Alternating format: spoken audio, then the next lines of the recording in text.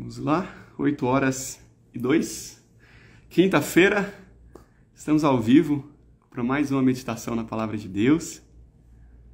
Para você que está chegando aqui, seja muito bem-vindo, seja muito bem-vinda.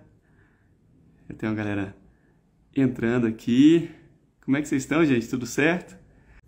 Nós estamos na nossa série do Panorama Bíblico, em que estamos vendo os principais pontos da Bíblia, né, da história do povo de Deus, na ordem cronológica. Nós já passamos por todo o Antigo Testamento, período intertestamentário, e agora nós estamos no Novo Testamento, falando sobre os Evangelhos, né? Nossa sexta meditação dos Evangelhos. Olha que bênção, gente.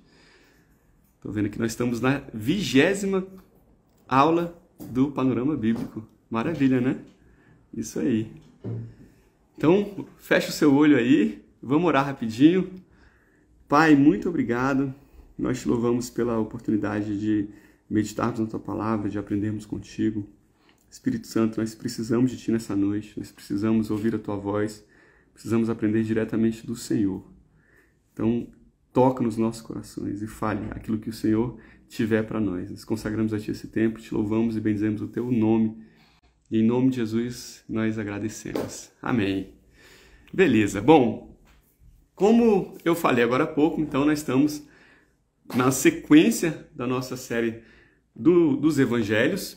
Já falei isso algumas vezes, eu repito isso toda live porque tem sempre alguém novo por aqui. Nós estamos vendo a sequência dos Evangelhos na proposta do John MacArthur, que está bem nesse manual aqui, um manual muito interessante para você que está aí depois querendo aprofundar os estudos, fica a recomendação.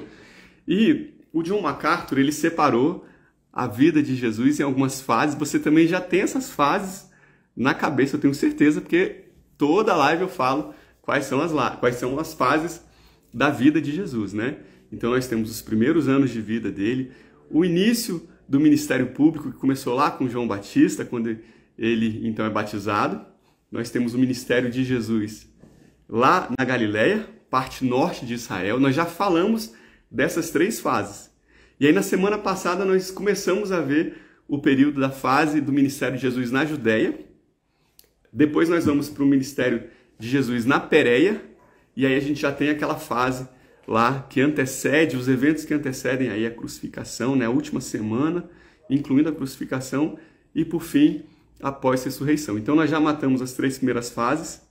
Nós já demos uma boa adiantada na fase lá do ministério na Judéia. E aí nós vimos que o ministério na Judéia começa quando Jesus estava lá na região norte, ali Cafarnaum, e aí ele decide descer para Jerusalém, porque nós estávamos perto da festa dos tabernáculos, que acontece finalzinho de setembro, início de outubro, só para você começar a ligar sua chave aí do tempo, né, para que você organize cronologicamente também, mais ou menos setembro, outubro. Então Jesus decide descer para Jerusalém, e aí quando ele desce, ele já fica ali ele já fica na região sul do país, né? Não volta para Galileia, pelo menos não antes da ressurreição.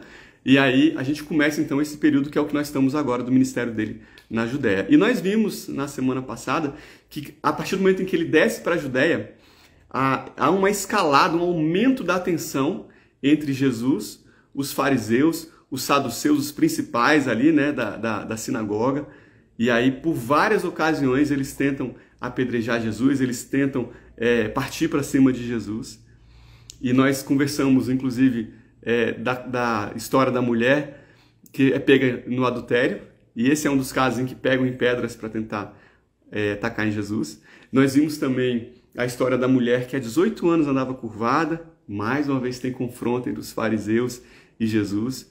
E nós falamos também da visita de Jesus lá para a casa de seus amigos queridos, Marta, Maria e Lázaro, certo? Então, agora a gente já pode começar a nossa conversa de hoje. Lembrando para vocês, se você perdeu alguma dessas conversas, essa é a nossa sexta live só sobre o Novo Testamento. Todas estão no YouTube. Ah, não estou conseguindo achar, como é que eu faço? Entra no meu Instagram aqui, vai lá na bio, tem o linkzinho do YouTube, você vai lá no YouTube e todas as nossas conversas elas são numeradas, né? Tem lá Panorama Bíblico 1, 2, 3, enfim, nós estamos na 20 agora, né? E é isso. Bom, A nossa conversa de hoje, a sequência do ministério na Judéia, começa lá em João 9. João 9, que eu falei na semana passada que era um milagre muito precioso feito por Jesus, um milagre muito, muito especial, porque tem muitos simbolismos. A gente vai passar um tempinho nessa nossa conversa de hoje falando sobre esse milagre. Bom, o que aconteceu? Em um sábado, Jesus e seus discípulos estão andando e eles se deparam com um cego de nascença. E aí os discípulos viram para Jesus e perguntam: Mestre, Rabi, quem foi que pecou para que ele fosse cego? Foi ele ou foram os pais dele? Parênteses aqui. Todos nós sabemos que a doença, a enfermidade, ela é uma consequência do pecado lá de Adão, né? Indiretamente, todas as doenças são fruto daquilo ali. Ali foi a porta de entrada. Mas essa pergunta dos discípulos, ela era embasada numa crença que havia naquele tempo e que muitos, inclusive, mantêm essa crença hoje, de que toda doença é consequência direta do pecado daquela pessoa ou de algum ascendente. Claro, nós sabemos que existem, sim, doenças que são consequência direta do pecado. Então, se você pegar, por exemplo, alguém que faz sexo fora do casamento, pode pegar uma DST, pode pegar AIDS, pode pegar gonorreia, consequência direta do que ela pratica.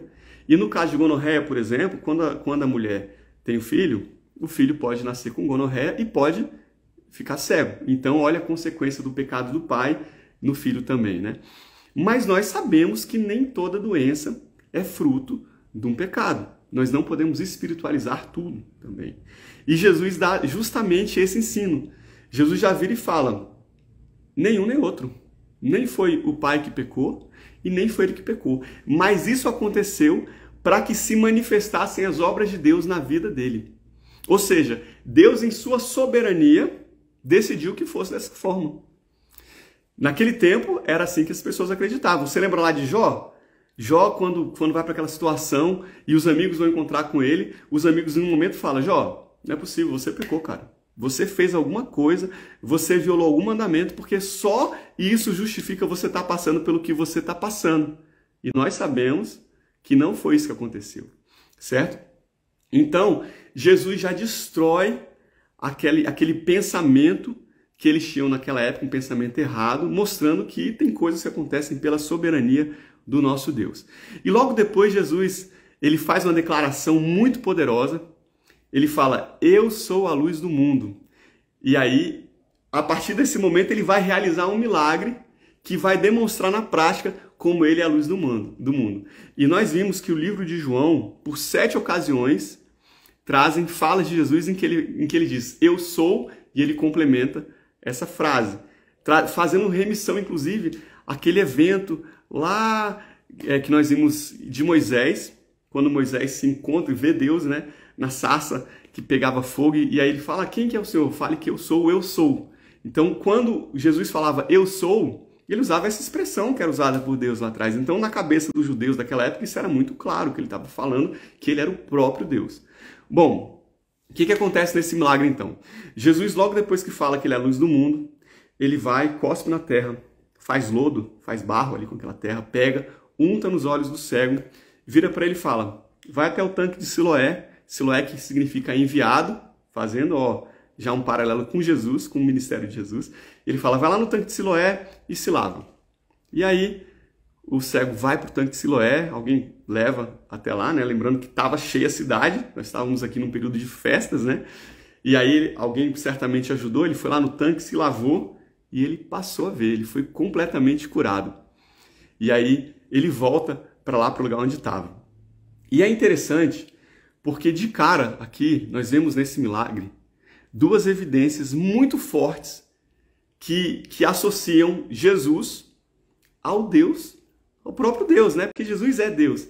Então Jesus já está mostrando que ele é o Deus do Antigo Testamento. Será que você é capaz de trazer aqui quais são as 2 associações que a gente consegue perceber nessa cena que eu falei aqui, que eu narrei para vocês? 2 coisas que nos remetem a Deus lá do Antigo Testamento. Você consegue pensar? Eu vou dar uns segundinhos para você escrever aí enquanto eu bebo água. Enquanto você vai escrevendo, deixa eu ver o que a Ingrid colocou aqui.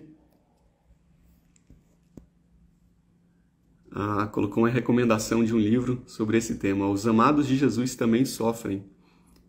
escrito por, vamos ver por quem? Vencedores, Rafael Grandene. Muito bom, Ingrid. Benção, valeu pela recomendação. E aí, gente? Nesse milagre de Jesus, nós temos duas evidências, dois paralelos que a gente consegue fazer. Ó o João aí, ó. Jesus usou o barro, o homem foi feito de barro. Top, João, exatamente, esse é o primeiro paralelo. Jesus, da mesma forma como Deus lá no Éden usou o barro para moldar Adão, Jesus aqui ele faz lodo e ele coloca nos olhos do cego. Eu quero lembrar para você que nós estamos falando de um cego de nascença. A primeira vez que um cego de nascença tem a visão restaurada lá em todas as Escrituras. E olha que coisa, né?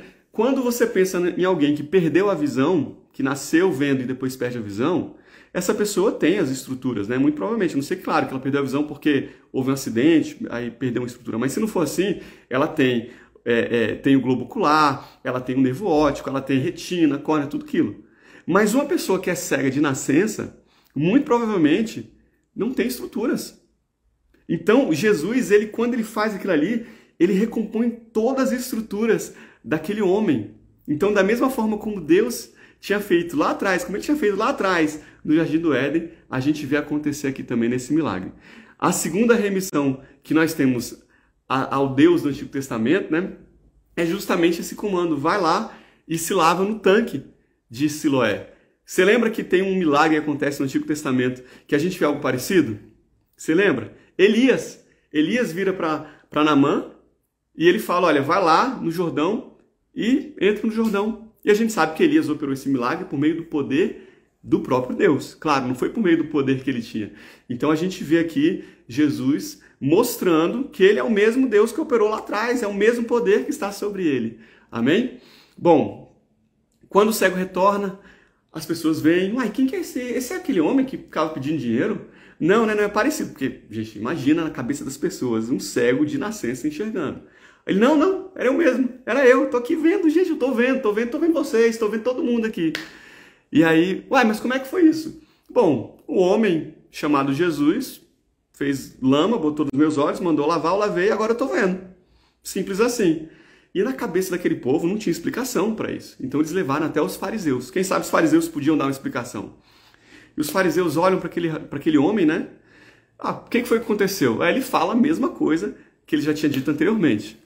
E aí, quando ele vira e fala: Jesus foi, fez lama, passou em mim e mandou me lavar e eu fui curado. Aí os fariseus, que queriam sempre alguma forma de desqualificar Jesus: esse homem é pecador. Jesus não pode ter realizado esse milagre não, porque ele fez lama, ele fez barro. Gente, uma das normas, das várias leis que eles impunham relacionadas ao sábado, era justamente que você não podia fazer barro no Shabat. Se Jesus fez barro no Shabat, ele tinha infringido a lei. E então ele era um pecador. E aí houve dissensão, houve divisão entre os fariseus, porque parte dos fariseus falava: uai, mas como é que um homem pecador pode fazer um milagre desse? Aí viraram para o cego: o que você fala desse homem? Aí o cego agora vira: bom, eu acho que ele é profeta. Aí os fariseus: não, ele é um pecador. Dê glórias a Deus, porque esse homem é pecador. Ele não pode fazer isso. Aliás, você não é cego de nascença não, chama os pais desse homem aí, vamos ver se é verdade essa história aí. Aí chamam os pais do homem. Me diz aí que história é essa aí desse menino que estão falando que ele era cego de nascença. Aí os pais: bom, ele era cego, ele é nosso filho, ele nasceu cego, mas o que aconteceu, você pergunta para ele tem idade. Mas por que os pais do ex-cego falou assim? Porque já tinha uma determinação dos fariseus que qualquer um que falasse que Jesus era o Cristo seria expulso da sinagoga. Então aqueles pais estavam mais preocupados em manter o status, em manter a posição deles, em manter aquela benesse, enfim, vamos usar essa palavra, de poder ir lá para a sinagoga. E por conta disso eles preferiram não falar que foi Jesus, o Cristo, que realizou o milagre. E da mesma forma que a gente vê acontecendo com esses pais, hoje em dia nós também temos muitas pessoas que estão mais preocupadas em manter o status, em manter o conforto, né, em manter os benefícios e não falar de Jesus. São agentes secretos de Cristo, como se fosse possível ser um agente secreto de Cristo. E aí, você acha que é possível ser um agente secreto de Cristo? O que você acha? Bom, guarda essa pergunta aí numa gavetinha que ainda hoje a gente vai ver se isso é possível. Mas não vai ser agora, vai ser mais para frente quando eu ler outro versículo aqui para vocês, tá bom? Então, novamente, viram para o jovem, né? Depois que viu que os pais não iam dar nenhuma posição, viram para aquele jovem. Eu tô falando jovem, mas tem gente que fala que ele já tinha 40 anos. Um jovem de 40 anos, eu tenho menos de 40, então é um jovem mesmo. Vira para ele e fala, vem cá, o que foi que aconteceu? Fala aí de novo. Aí, gente, aquele ex-cego já estava agoniado, né? Aí ele já dá uma lapada logo. Aí a gente lê lá em João 9, 27 a 34. Eu já disse e vocês não ouviram. Para que vocês querem ouvir de novo? Vocês querem se juntar a ele e virar discípulo dele? Então os fariseus disseram, discípulo seja tu. Nós, porém, somos discípulos de Moisés. Nós bem sabemos que Deus falou a Moisés, mas a esse aí nós nem sabemos de onde é. Gente, nós estamos vendo mais um exemplo aqui, claro, daquilo que nós falamos na semana passada. Os fariseus mesmos criaram aquelas normas, aquelas regras do Shabat, e eles ficaram cegos pelas próprias leis que eles criaram. Olha o exemplo claro disso, né? E olha que interessante, o cego agora, o ex-cego, demonstra que ele tem muito mais visão da luz do que aqueles que se julgavam na luz. Olha a resposta que o ex-cego dá. Nós sabemos que Deus não ouve a pecadores, mas se alguém é temente a Deus e faz a sua vontade, a esse ouve. Desde o princípio do mundo nunca se ouviu que alguém abrisse os olhos a um cego de nascença. Se ele não fosse de Deus, nada poderia fazer. Aí aqueles fariseus respondem, tu és nascido todo em pecados e nos ensina a nós, e expulsaram da sinagoga. Novamente aquele pensamento que começou essa passagem, né? Como é que os discípulos de Jesus começam? Quem foi que pecou? Foi ele ou foi o pai dele? Olha os fariseus aqui traduzindo o mesmo, transmitindo esse mesmo pensamento. Você é nascido em pecado, você estava cego porque você é um pecador. E você está falando com a gente, nós não somos pecadores, nós somos filhos de Abraão. Quem você acha que é para falar com a gente? E aí, gente, esse milagre da cura do cego, ele é muito representativo. Porque ele simboliza cada um de nós. Todos nós somos esse cego de nascença, que não somos capazes de enxergar a verdade, de vermos a verdadeira luz, se não for pela graça do nosso Senhor Jesus Cristo. Nenhum de nós que crê no Senhor Deus, que crê no Senhor Jesus, crê em Jesus por nosso próprio mérito. Porque se não fosse antes o Espírito Santo iluminando os olhos do nosso coração, a gente estaria nas trevas. Que haja luz. Foi o que Deus falou lá em Gênesis, né? E da mesma forma ele falou com cada um de nós, que haja luz, iluminando os nossos olhos para que nós pudéssemos aceitar Jesus, aceitar a obra salvífica de Jesus na nossa vida. Então, é por isso que esse milagre ele é muito significativo. Esse era um cego de nascença, ele nunca pôde ver. Assim como nós, desde que nascemos em pecado, nós somos concebidos. Todos nós nascemos com pecado. Desde o início, nós éramos pecadores e nós não poderemos ver desde o começo. Aí Jesus vai e ele vai e faz o milagre. E veja que nesse milagre aqui, não foi o cego que vira para Jesus e fala, Jesus, olha eu aqui, tem compaixão de mim, me restaura a visão. Não. Jesus que vê aquele cego com seus discípulos e Jesus vai até ele e Jesus é que dá o primeiro passo para que ele pudesse ver. Então é por isso que esse milagre, eu falei na semana passada que era um milagre muito precioso, porque ele representa cada um de nós, né? E olha só isso aqui, gente. João 9, 39, ou 35 a 39, que é a continuação. Jesus, ele vira e ele depois que aquele jovem é expulso da sinagoga, Jesus vai até aquele jovem, eu estou falando jovem, um jovem de 40 anos, um jovem, e ele fala, você crê no Filho de Deus? Aí o jovem fala, quem é ele, Senhor, para que eu creia? Aí Jesus responde, tu já o tem visto, e é aquele que fala contigo. E aí aquele jovem diz, eu creio, Senhor, e o adorou. Gente, olha isso, ele começou lá atrás falando para os vizinhos que o homem chamado Deus, né, aquele homem chamado Jesus, falou que era para eu ir lá. Depois, no meio da conversa, à medida em que ele vai conversando com os fariseus e vai vendo, realmente, olha o que aconteceu. Ele já fala, não, eu acho que ele é um profeta. E agora, no final, ele já reconhece Jesus como o próprio Deus. Por isso que eu falo que aqui Deus faz um milagre maravilhoso e a gente vê a representação da cura física na cura espiritual também.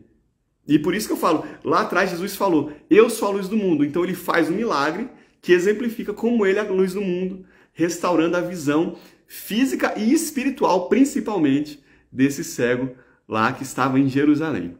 Bom, aí, vamos lá.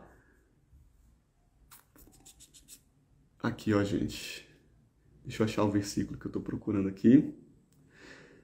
Logo depois daquela parte que eu li para vocês, quando Jesus fala que era ele e ele adora, Jesus ele conclui o raciocínio. Eu vim a este mundo para juízo, a fim de que os que não veem vejam e os que veem sejam cegos. E aqueles dos fariseus que estavam com ele ouvindo isso disseram, todos nós somos cegos? Também nós somos cegos? Disse-lhe Jesus, se vocês fossem cegos, vocês não teriam pecado, porque agora eles teriam os olhos abertos, né? Mas como vocês dizem, nós vemos, por isso o seu pecado permanece.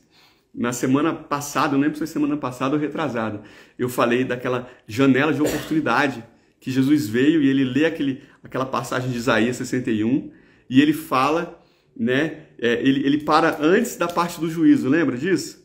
Mas olha aqui, Jesus falando.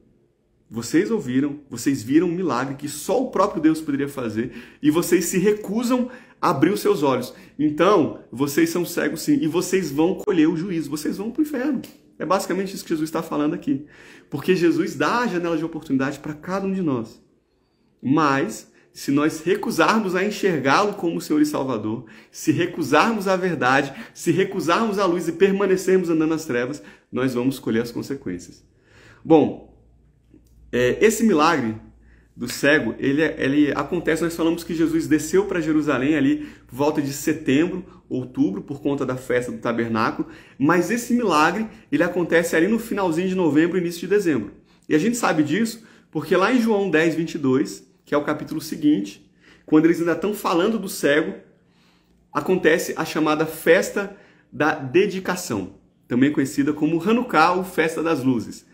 A única festa do Novo Testamento que não existia no Antigo Testamento. Nós não vamos falar da origem dessa festa. Se você estiver curioso, nós conversamos sobre isso na aula 14 do Panorama Bíblico. Você pode ir lá e assistir. Mas a festa das luzes, ela acontece tradicionalmente final de novembro, início de dezembro, aí, por esse período. Então, Jesus já passou aí 1, 2 meses, estamos nesse ponto aqui. E aí, no meio da festa da dedicação, Jesus estava no templo, que é o que ele fazia com muita frequência, né? E aí, alguém vira para Jesus, os fariseus viram para Jesus e falam, Jesus, vem cá, você não é o Cristo? Você não é o Messias, o que deveria vir? Fala logo abertamente, por que você está mantendo esse suspense todo? E aí Jesus vira e Jesus fala que ele já tinha dito que ele era o Messias. Mas que eles não sabiam, eles não acreditavam porque eles não eram as ovelhas dele. Porque se eles fossem as ovelhas de Jesus, eles ouviriam a voz do pastor. E eles viriam e aceitariam a obra de Jesus. E aí, esses fariseus ficam irritados porque ele estava se comparando com o próprio Deus, falando que ele era o próprio Deus. Mais uma vez ele fala, eu sou. E aí, pegam em pedras e tentam prender Jesus. Mas não era chegada a hora de Jesus ainda. E como eu falei, nesse período do ministério de Jesus na Judéia, em Jerusalém, olha como escala bastante o conflito entre Jesus e os fariseus. Nós já estamos nos caminhando para os finalmente, para o período da crucificação. Mas ainda não era chegada a hora de Jesus. E Jesus já falou em outra oportunidade que a vida dele era ele quem dava, ninguém tirava. Vocês lembram dessa passagem? Então Jesus não ia morrer antes do tempo. E Jesus tinha de morrer em que período? Em qual festa que Jesus tinha que morrer? Eu quero lembrar para você que todas as festas do Antigo Testamento, de alguma forma, apontam para a obra de Cristo. Então, Jesus ele tinha que morrer justamente na Páscoa, porque a Páscoa era a festa do Antigo Testamento que apontava justamente para essa passagem da escravidão para a liberdade, por meio do sacrifício. E Jesus é o sacrifício, é o cordeiro perfeito. Então, da mesma forma como aqueles homens lá no Egito, quando estavam escravos, eles mataram o cordeiro e comeram o cordeiro, da mesma forma Jesus ia morrer e ele seria o cordeiro que se sacrificaria para que todos tivessem vida. Então Jesus não ia se entregar antes do tempo. E por causa disso, Jesus então sai da região da Judéia e ele vai para a região da Pérea.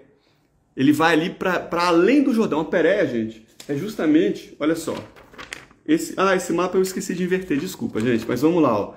Vai ficar fácil. Aqui está a região da Judéia, aqui está o Mar Morto, aqui está o Rio Jordão. Essa região amarela aqui é a Pérea. João Batista batizava por aqui, ó.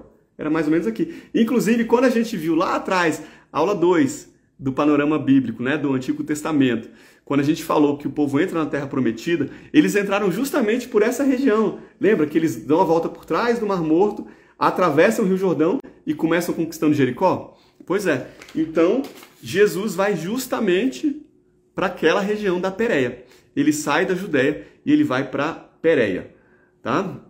Isso está onde? Isso está em João 10, 39. Mas antes da gente começar essa fase nova, eu estou lembrando aqui, gente, de uma coisa que o Espírito Santo me alertou no final de semana. Nós tivemos um seminário muito abençoado e entre algumas palavras lá do AP Josei, do AP Éder, eu estava lembrando. Eu não lembro, agora eu não me recordo se foi na semana passada ou se foi na semana retrasada que eu falei dos milagres da multiplicação. Acho que foi semana retrasada, não foi? Que eu falei dos 2 milagres da multiplicação. E eu falei que no primeiro milagre da multiplicação, Jesus pega 5 pães e 2 peixinhos para 10 pessoas e sobram 12 cestos. No segundo milagre, eram 7 pães, mais pão, e alguns peixinhos, então devia ter mais de 2, fala alguns, né? Mais peixes, e sobram 7 cestos. Vocês lembram disso? Que aí eu até falei, gente, quando eu lia isso lá atrás, eu pensava, poxa, tinha mais pão, tinha mais peixe, por que não deu mais cesto no final das contas? E aí eu falei para vocês, não existe uma lógica assim, gente, não é matemático, não é proporcional. Jesus, ele tem o suficiente, né? Independente do que você tem à disposição, aquilo vai ser mais que o suficiente para servir todo mundo. Isso não deixa de ser uma verdade, tá? Mas no meio das palavras desse final de semana, o Espírito Santo me lembrou dessa história das multiplicações.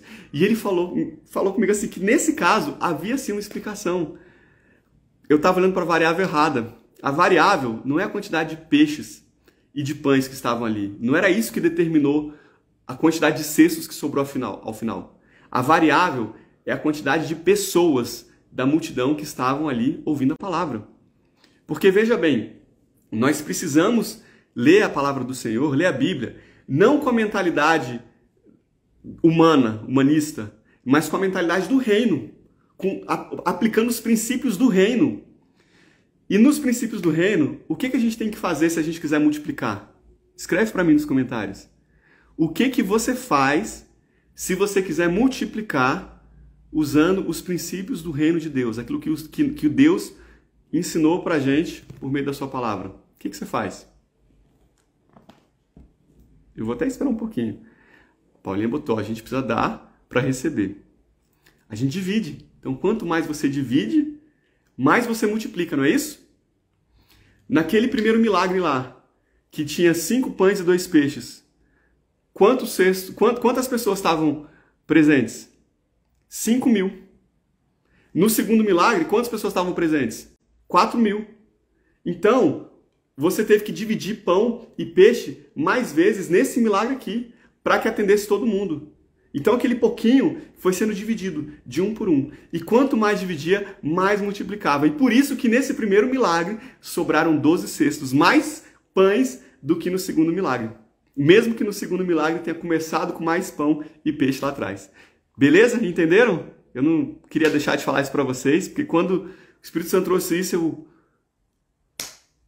que massa! Eu fiquei assim, quase que sem palavras, né? Eu preciso falar com o pessoal para complementar, corrigir, enfim, aquilo que eu tinha falado lá atrás. Claro que, novamente, não existe uma matemática assim no sentido de que 5 vai para 7, então 10 vai para 14. Não é isso não, tá, gente? Mas aqui nós estamos falando que, nesse caso, houve uma explicação que é justamente essa divisão para você multiplicar. Beleza? Bom, feito esse esclarecimento, vamos então passar para o ministério de Jesus na Pérea, que é justamente aquela região onde João Batista batizava. Aliás, João Batista não é o sobrenome dele, não. É João que batizava, por isso que a gente fala João Batista. Bom, João 10, 39 a 42. Olha só, finalzinho lá do ministério de Jesus na Judéia.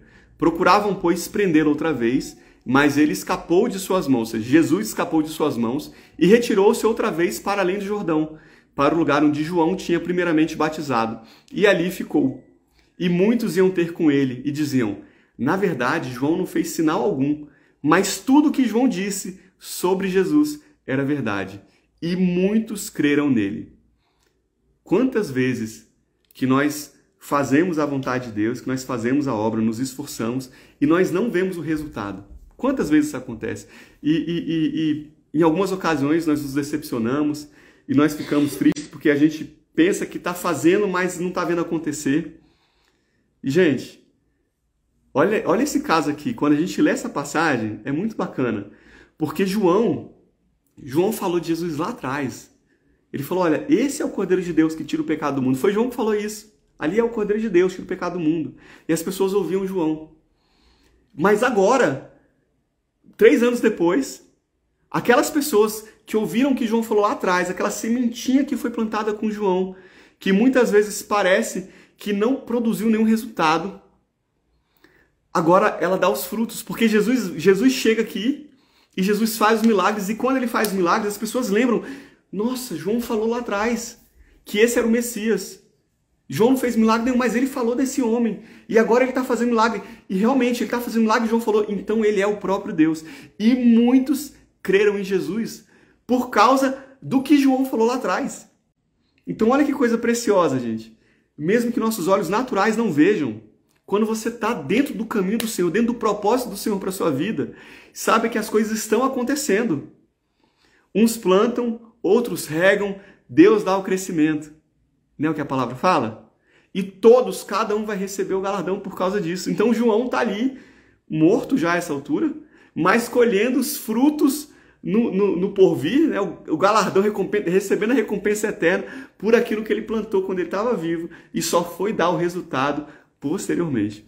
Então isso é muito, muito, muito lindo quando a gente começa a perceber essas nuances da palavra do Senhor. São muitos tesouros, né, gente? Eu fico maravilhado com quantos tesouros, quantos diamantes preciosos estão escondidos na palavra do Senhor. E é muito lindo a gente poder acessar esses tesouros, porque cada um deles acrescenta muito para as nossas vidas. Bom, lembra que eu falei para vocês, guarda aí na cachola, guarda na gavetinha, aquela pergunta que eu fiz, é possível ser um agente secreto de Deus, do Senhor Jesus? É possível? Vocês acham que é possível? Bom, quando Jesus está lá na Pérea, ele ficou um tempo lá, ele fez milagres lá, e aí nós vemos uma série de ensinos de Jesus falando sobre os princípios do discipulado. Isso aconteceu lá na Pérea, você pode depois pegar a sua Bíblia, abrir lá em Lucas, você vai do finalzinho do capítulo 13 até o começo do capítulo 17, e a gente vê uma sequência de ensinos sobre o discipulado. E aí, olha o que ele... Vou falar por alto aqui, tá? Porque a gente já está com o tempo avançado. Final do capítulo 13, Jesus fala da necessidade de passar pela porta estreita. Lembrando que a porta é estreita, e o que mais que é estreito depois da porta? É só a porta que é estreita? Não, tem um caminho que é estreito também. Aí no capítulo 14, Jesus vira e fala, qualquer um que quiser se exaltar vai ser humilhado, e quem quiser se humilhar vai ser exaltado. Quando a gente vai para o capítulo 14, também 14, mais para frente, Jesus fala do custo de ser um seguidor. E aqui eu vou ler para vocês. Lucas 14, do 26 até... Eu não anotei o último aqui, mas vai seguindo aí, gente. Se alguém vier a mim e não aborrecer a seu pai, e mãe, e mulher, e filhos, irmãos e irmãs, e ainda também a sua própria vida, não pode ser meu discípulo. E qualquer que não levar a sua cruz e não vier após mim, não pode ser meu discípulo. E aí pulamos uns versículos e ele continua. Pois qualquer de vós que não renuncia a tudo quanto tem, não pode ser meu discípulo. Bom é o sal, mas se o sal se degenerar, com o que há de salgar? Não presta nem para a terra, nem para o monturo. Lançam-no fora. Quem tem ouvidos para ouvir, ouça. E aí, gente? É possível ser um agente secreto de Jesus? É possível? Não é possível. Hoje nós estamos vendo um evangelho barato que eu falo assim, que não tem custo, não tem renúncia, não tem sacrifício. Você não, né? O evangelho que é vendido em vários lugares, né? Não em todos, graças a Deus, mas em vários lugares, é um evangelho que prega a tolerância. A tolerância com o pecado, gente. Com o pecado. Ah, não vamos entrar em confronto, não. Paz e amor. Jesus é amor, é paz. Ele aceita tudo. Só fica de boa aí. É isso que nós estamos vendo hoje em dia, né? E para evitar perder seguidores, perder fama, perder dinheiro, perder status, muitos estão se conformando com esse mundo e achando que podem ser um agente secreto do Senhor. Mas eu tenho uma coisa para te falar. Eu vou fazer uma pergunta para você. Gente, fala como o mundo. Se veste como o mundo, tem cheiro de mundo e tem gosto de mundo, o que é? É mundo. É mundo, gente. É mundo. Não tem como. Você não pode agradar a dois deuses. Não tem como. Então, eu não vou entrar fundo nisso, porque senão a gente sai do foco aqui da nossa conversa. Mas vocês estão vendo o que Jesus falou aqui sobre o custo do discipulado? Então é isso. Nós precisamos estar dispostos a pagar o preço. Porque o Senhor pagou o maior preço que poderia ser pago. Ele já pagou. Então, qualquer coisa que a gente faça, não é nada. É por isso que Jesus fala que mesmo se a gente fizer tudo aquilo que for dito, nós temos de olhar para nós mesmos e falar que nós somos servos inúteis. Porque mesmo as nossas melhores obras são como trapos de imundícia. Porque nós apenas fizemos aquilo que era esperado. Que era o mínimo, basicamente. É isso que essa passagem quer dizer, né? Bom, continuando aqui, capítulo 16, Jesus alerta para as riquezas, para a sedução contra as riquezas, né? Em especial falando da avareza dos fariseus. E aí no capítulo 16 nós temos uma história bem interessante também, aquela parábola do rico que vivia esplendidamente e do pobre Lázaro que tinha um corpo cheio de chagas, de feridas, e aí os dois morrem, o rico vai para o inferno, o Lázaro vai para o seio de Abraão, e aí o rico olha para Lázaro e ele fala: ai, pai Abraão, pede para ele vir aqui molhar a pontinha da minha língua que eu estou sofrendo muito aqui. E Abraão fala: olha, não tem como, tem um abismo muito grande que separa a gente de você, e você já recebeu tudo que tinha para receber na vida, ele só recebeu desgraça, e agora ele está aqui e você está aí. E aí esse rico vira e fala: mas manda então ele voltar lá para a terra e vai para o meu pai, meus irmãos, fala para ele conversar com meus pais para que eles possam saber da verdade. E aí Jesus vira e fala, aí Abraão, na verdade, nessa história de Jesus, né, vira e fala: se eles não ouvem a Moisés e aos profetas, eles tampouco acreditarão, ainda que algum dos mortos ressuscite. E no capítulo 17, a gente vê Jesus falar aí da necessidade de liberar o perdão. Quantas vezes que a gente tem que perdoar? Vocês lembram? Quantas vezes? Pausa para beber uma aguinha enquanto você coloca aí nos comentários. Enquanto isso, deixa eu ver aqui. Chegou muita coisa, né? Todo mundo botando mundo, isso aí. Todo mundo. Aqui tinha botou: Jesus tem que estar em primeiro lugar. Glória a Deus, é isso aí. Mundo purinho, caminho estreito também. É isso aí, gente. 70 vezes 7. Beleza. Então, vocês são bons de português? Quanto dá 70 vezes 7? Quanto que dá? E aí? Quanto que dá? 490? Então, se eu perdoar 490, chegar a 491, posso falar: vai-te embora! Agora eu não vou liberar perdão para ninguém, porque já foi 490. É isso que a gente vai falar? Não, né? Não é isso não. Por quê, gente? Porque 70 vezes 7, 7 simboliza a perfeição. Isso para um judeu é muito claro, não tem nenhuma dúvida. Então o que Jesus está falando é que você vai perdoar tantas vezes quanto for necessário. Inclusive essa passagem de 70 vezes 7 não está nem em João, está em outro evangelho. Aqui Jesus fala: se seu irmão te ofender e 7 vezes ele vier e pedir perdão no dia, você perdoa 7 vezes. Olha o 7 aí de novo aparecendo. Queria falar assim: independente de quantas vezes ele pedir perdão, você vai liberar perdão todas as vezes. Por quê? Porque nós pecamos inúmeras vezes e nós precisamos do perdão do Senhor sempre. Então é isso que Jesus está ensinando pra gente, tá? Então não fala isso não, tá, gente? Você falar: não, já foi... Tem gente que tá montando a tabelinha aí, né? Tabelinha do perdão. Quantos perdões eu liberei hoje? Já liberei aqui 12. Nossa, hoje eu fui muito crente, liberei 12. Faltam quantos pro dia que eu não vou liberar mais? Não, faz isso não, tá, gente? Libera aí, ó, sempre que perguntarem, senão vai ficar complicado para você lá na frente, viu? Porque com a mesma misericórdia que você tiver, você vai receber. O mesmo perdão que você liberar, você vai receber também. Então, perdoa mais 490 vezes, tá bom, gente? Beleza, vamos seguir aqui. Depois que a gente tem essa sequência de ensinos sobre o curso do discipulado, acontece uma coisa que faz com que Jesus saia da Pérea. E aqui a gente encerra o ministério de Jesus na Pérea. Foi curtinho o ministério na Pérea, né? Pois é, porque foi um tempo curto também. A gente viu que ele chegou lá no período aí de dezembro e Jesus morre em abril, né? Então, ó, pouco tempo, né? Tudo já agora começa a acontecer num espaço de tempo muito curto. Mas a gente vê que são muitas histórias. Enfim, aí Jesus, uma coisa acontece que faz com que Jesus tente sair da Pérea e volte lá para a Judéia. Inclusive, essa coisa que acontece, eu quero ver quem sabe, escreve no comentário se você sabe que coisa foi essa, acaba se tornando o milagre público mais importante que Jesus realizou. Não estou contando aqui com a ressurreição dele, né? Mas que milagre foi esse? Você consegue pensar em qual é o milagre? Paulinho botou, é uma coisa, foi forte. Você consegue aí pensar em que milagre? Gente, pensa aí, ó, qual é o milagre que ele não falou ainda, que está faltando acontecer? Lázaro morre. João está afiado hoje. Exatamente, a história de Lázaro. Lázaro que morava em Betânia com suas irmãs, né, Maria e Marta. Betânia, gente, fica a 2 milhas, daí 3 quilômetros de Jerusalém. E Lázaro morre, e a morte de Lázaro faz com que Jesus tente sair da Pérea e voltar para a Judéia. Mas essa história, e você vai entender porque ela é mais importante, ela é um pouquinho longa, porque tem muita coisa para explorar. E eu vou deixar para a gente falar sobre ela na semana que vem.